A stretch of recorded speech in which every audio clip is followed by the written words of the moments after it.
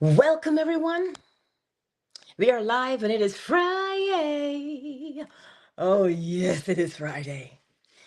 We all know what that means, right? Oh, we get a reminder of how to take ourselves through the weekend. Today, Jesus, what a friend. Because last night, for the lecture, I just totally felt this song. It's a very popular song. What a friend we have in Jesus. All our sins and griefs to bear. What a privilege to carry everything to God in prayer.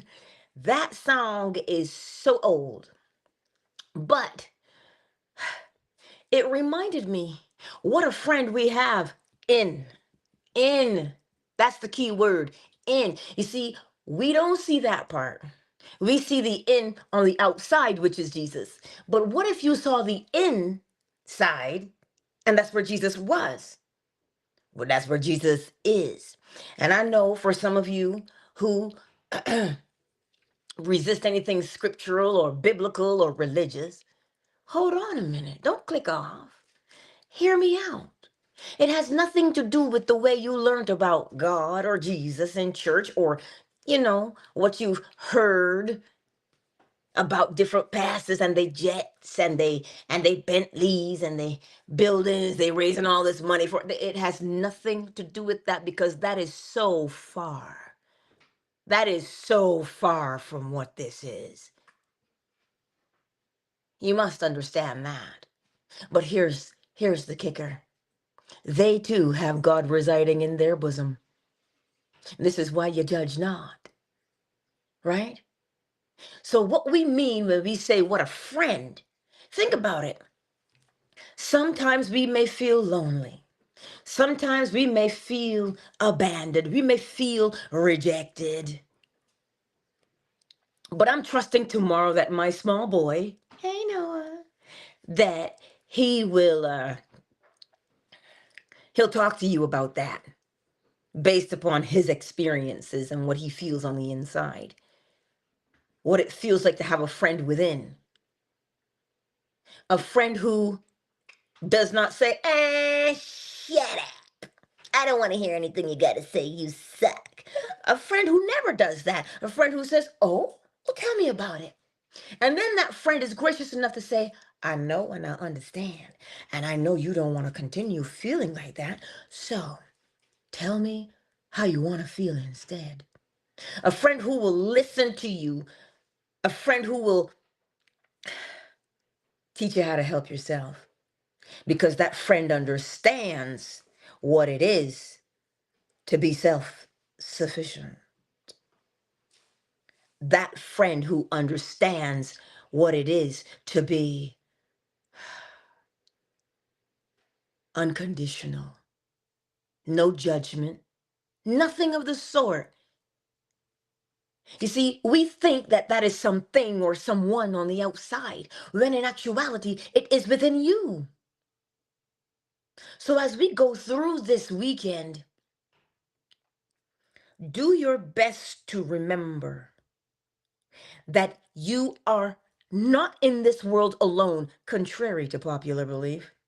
Angela, I live alone. Angela, I don't have any friends. All my friends are online. Angela, blah, blah, blah. Angela, you don't know. You don't understand. You just talking from your place on the mountaintop. What mountaintop? But I digress. Only mountaintop we got now is the ski hill, and that's not the hill you'll find me on. Sorry. So no, I'm not on the mountain telling you nothing. I'm walking in it with you because I'm living it. I'm living it. I know what it is to cry in the silence of your own space. I know what that is. But I also know what it is to be reminded, hey girl, you got this. Come on now. What I tell you? Didn't I tell you? Let me remind you of what I said. I said, all you get to do is to hold that mental image for me. If you keep fidgeting and being distracted by other things, I can't see what you want me to see. Hold still. That's what it keeps reminding me of, but not a stillness where you pretend to be quiet. Oh, no, it is a stillness because you know something. You know that what you sow, what you put in the ground, what you put into fertile soil, you know that if you stay faithful to that seed idea, it will grow and it will blossom for you and bring forth much fruit. But you are the one who has to plant it. I know you keep thinking that that just has to do with your backyard garden, but use the principle of correspondence. The principle of correspondence tells you as above, so below. As within, so without. Within is above, below is without. Okay? Then you look in your backyard and you say, why, gee, I really would like some tomatoes for the spring. Who's going to plant those tomatoes for you? Well, that'll be you. You'll go down to the garden center and you will either buy the seeds, but if you're smart, you'll buy the pre-sprouted ones. Less work, better chance of survival sometimes because somebody's already planted the seed. But that's the point that I'm making to you today. The seed is there. And you have to choose what you want to experience. And when you get the feeling of what you want to experience, you experience it on the outside. The invisible is always becoming visible. And this is what that friend who is within you is constantly reminding you of. Why, you say? Oh, you think just because it cares about you? Oh, it's far deeper than that. It doesn't just care about you. It is you. It is you. And for God so loved the world that he gave his only begotten son. Only. I dare you to let me be your one and only. He gave his only begotten son. And the only begotten son you have is yourself. So he gave you himself, not because you're special, not because you're this, but because he's reproducing himself and he reproduced himself as you. And that's why scripture can tell you no greater love than this, that a man should lay down his life for his friends. Not that you die for your friend. No, live, honey, live, okay? But what it is saying is your life is so valuable that it is the only thing you have, and you give what you are to someone else so that they can have all of you. Don't make me say, all of me loves all of you, right? That's what he did. So this friend within you, you can't see it with your naked eye, but you can feel it with every fiber of your being. That's what you can feel.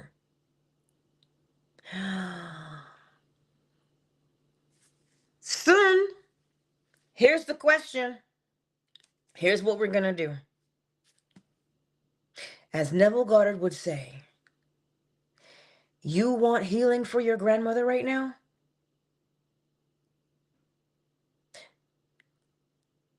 See in your mind's eye what she would be doing if she were healed.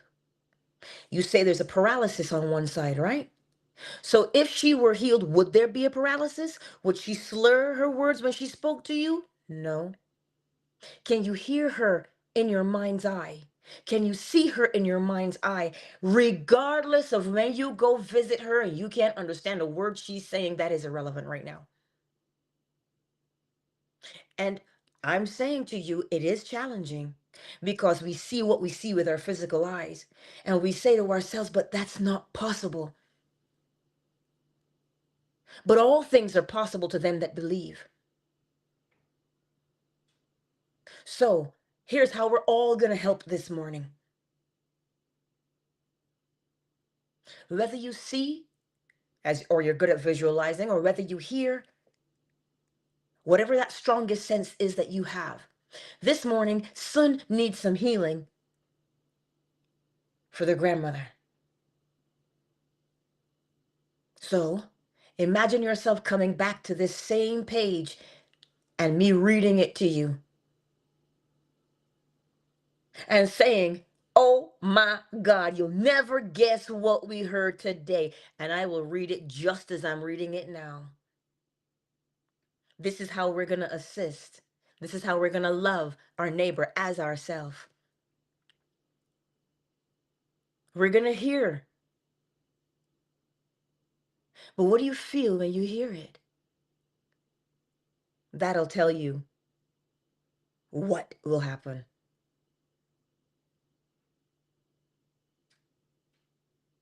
So this morning, let us take a moment, shall we? Let us go into the silence. I'll guide you there. Imagine, if you will, coming back to this site. We're here Monday through Friday. And one of those days, you hear me say to you, one of those days of the week, you hear me say to you, we gotta give thanks today because Granny is doing awesome. She is talking, the paralysis is gone. I want you to feel how you would feel if I said that to you, or when I say it to you. How would it make you feel? Would you be in shock and awe? Well, feel the shock and awe. Let's take a moment as we do it, all at the same time. Just feel that feeling.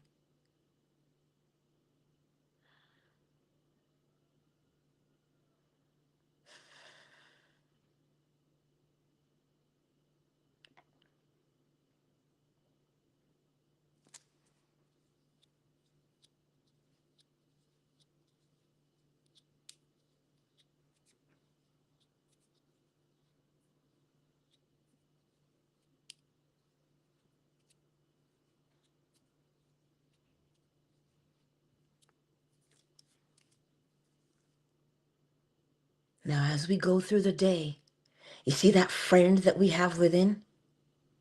That friend is telling us today to hold the image, hold the mental image. If it is health, well, then see yourself, see your granny doing what they cannot right now do. And let us go through the day with that sensation in our bosom. And let us thank the friend within for being faithful.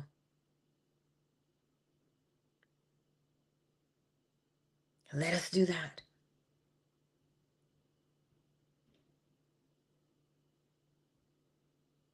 This is a lot like Hezekiah in the scriptures. Hezekiah was faced with his own demise, but he turned his face to the wall. What do you say? He turned his face to the wall, which means he had to turn his back on his present circumstance. He's facing the wall, so his back is to his problem. He turned his back on his problem, and he turned his face to the wall, and he said, I want more time to live. And he got more time because that's where his attention was. His attention was not on his problem.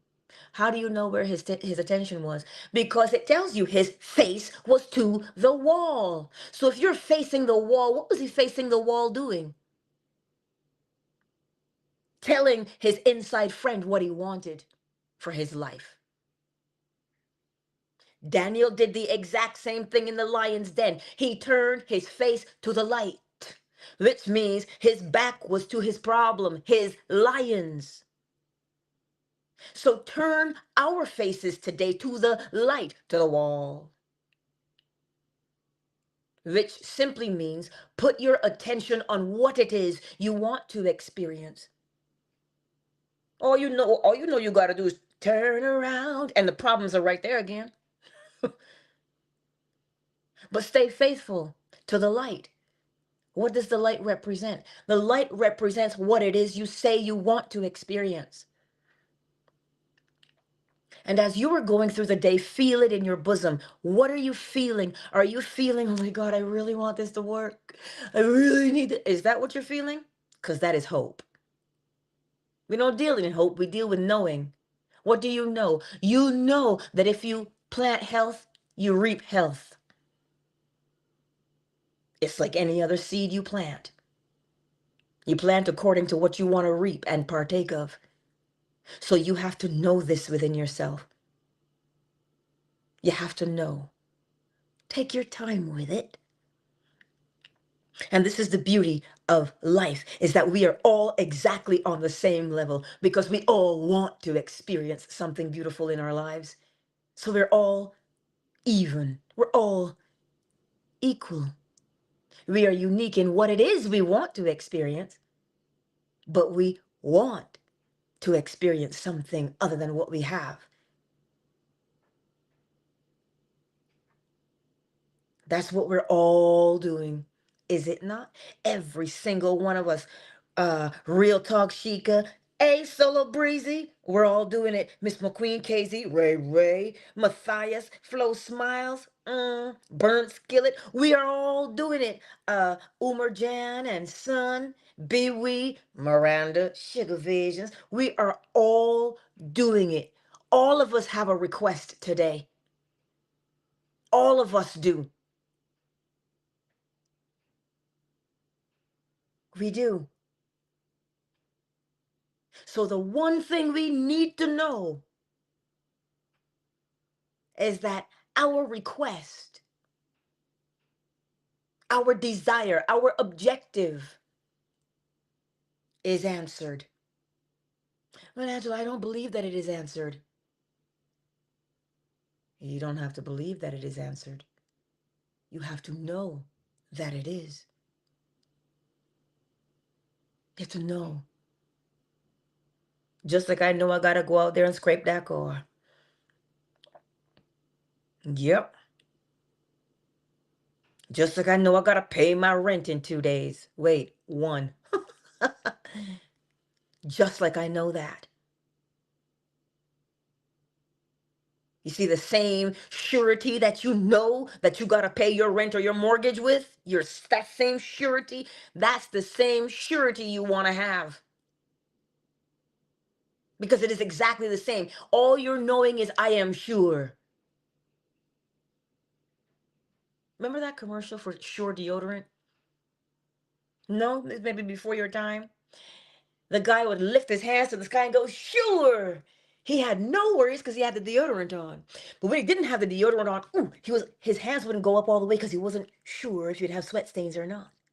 So he was unsure. You see, when we are unsure, we are tentative. But when we are sure, we are bold. That's what you want. That boldness comes with knowing. So don't think that you're sitting here trying to figure it out. No, you're walking here and getting in the knowing and the boldness of it. That's our job, to get ourselves to a place of knowing.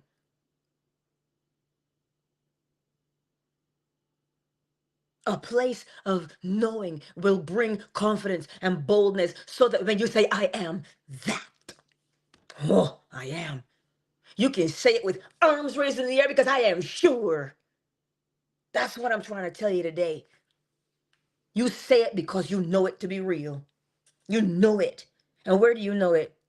Inside. That's where you know it. And once you know it in there, you get to see what you know on the outside. As within, so without. I'm telling you, I'm right there with you this morning. So I know. I get it. I understand. Stay faithful, my beautiful friends. Before we chime in, I'll get the chime. Stay faithful. But Angela, I don't know that I can. And that's all right too. You got a friend. You got a friend in you, right? So what you do is this, just like I think it was the soldier or the centurion who said, Lord, I believe, but help my unbelief. I want to know this to be true. Show me. Show me what to do. Show me how to do it. Show me how to trust. Show me how to trust that principle. Why would you do that? Because when you ask, it is like a mother to a child. Mommy, I don't understand. Can you show me? And that's exactly what mommy will do. Mama will show you again and again and again. How many times? 70 times 7 doesn't just mean 490. It means over and over and over and over again until you understand. That is the grace. So that friend within takes on the role of whatever you need that friend to be. Mother, father, sister, brother, confidant. You got to know the friend is there. It's not imaginary.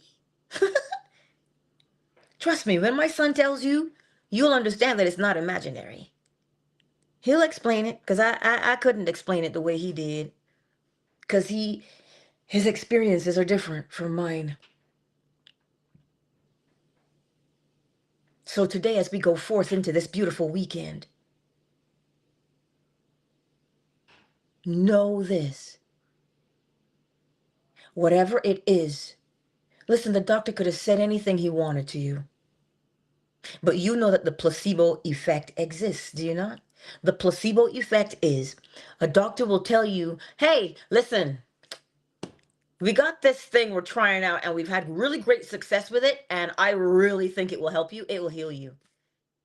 Here's your dosage. And you believe what he says.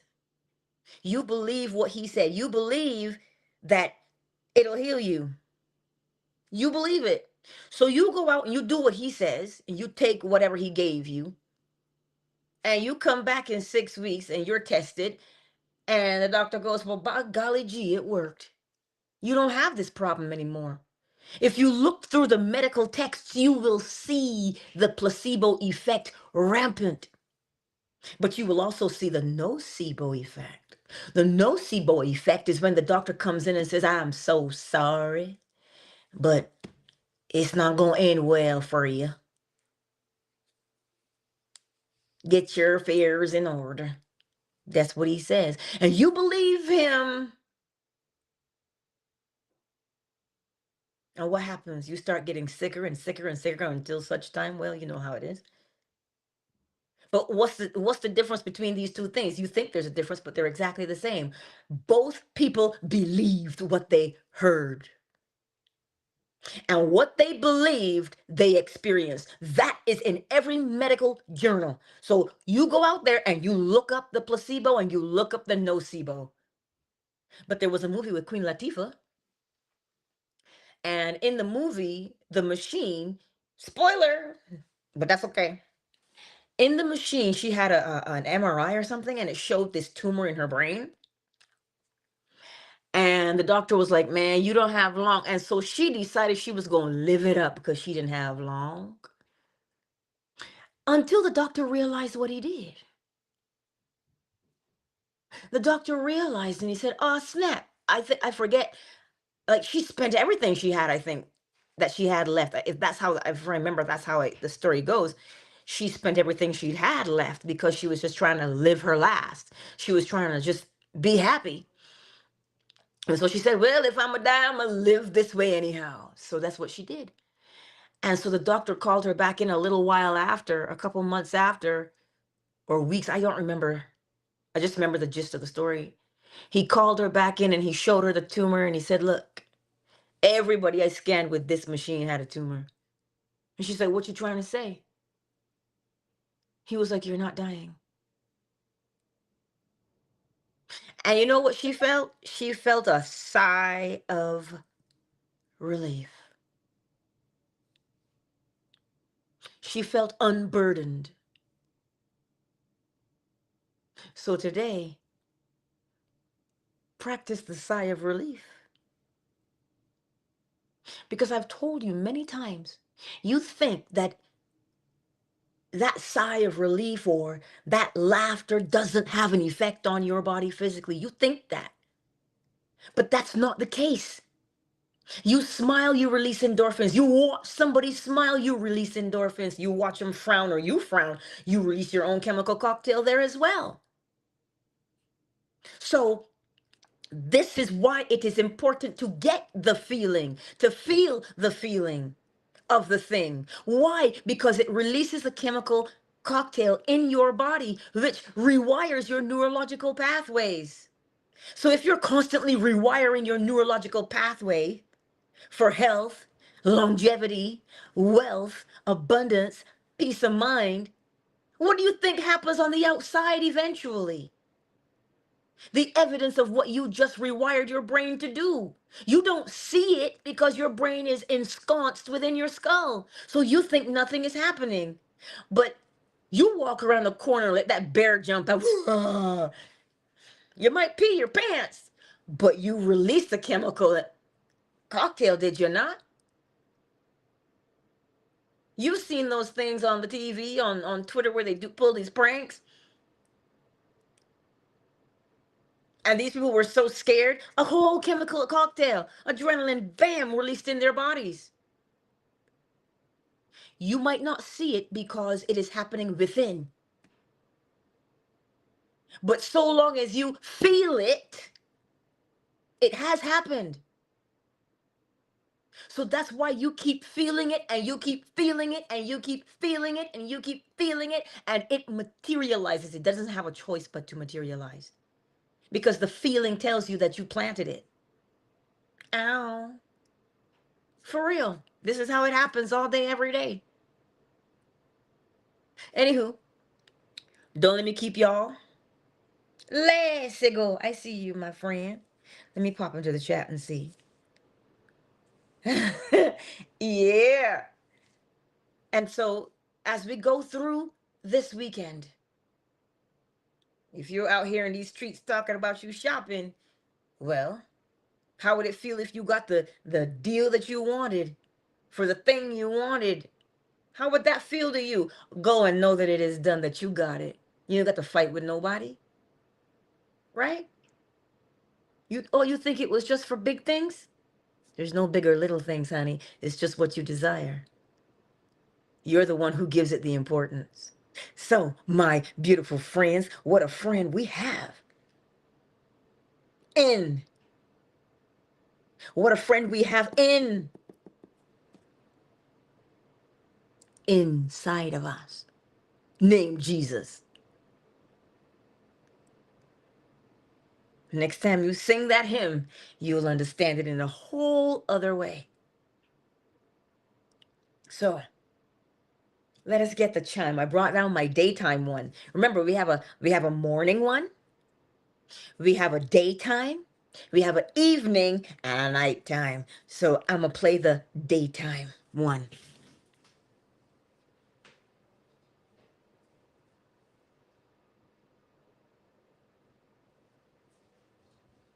Because the Lord knows outside is bright right now. It's not bright because the sun is out. No, it's bright because the sky is white. And there's a glow outside. Because it's snowing. It's minus, what are we, minus 17 degrees Celsius? Yep. Anywho, as we play the chime this morning, as you hear the chime, as I hear the chime this morning for a few minutes, begin to rest in the knowledge that there is someone within.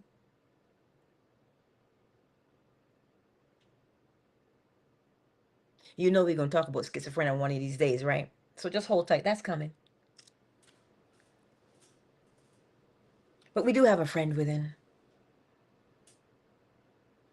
Begin to feel the comfort of being well cared for.